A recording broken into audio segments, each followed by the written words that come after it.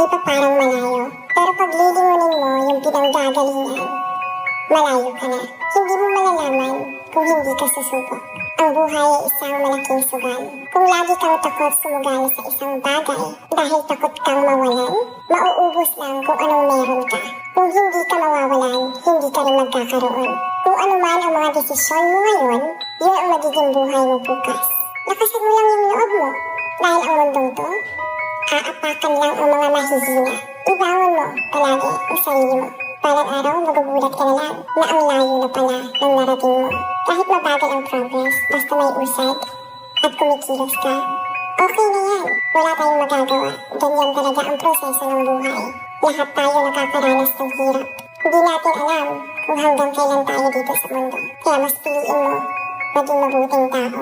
Ang pinakayaman na maituturing natin sa sarili ay ang ating mga pangarap. Kapag handa kang abutin yung mga pangarap mo, hindi ka maghihirap.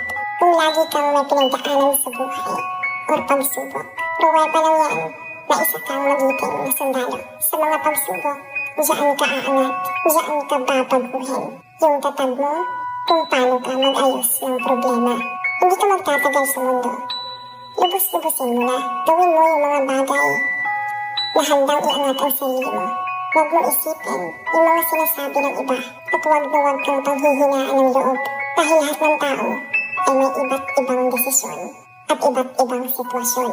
Huwag ka lang mawala ng pag-asa. Hindi mo naman kailangan madaliin lahat. May proseso ang bawat ganap mo sa buhay. Alam mo kung ano yung nakakapagod? Ang palaging patunayan ang sarili mo sa ibang tao.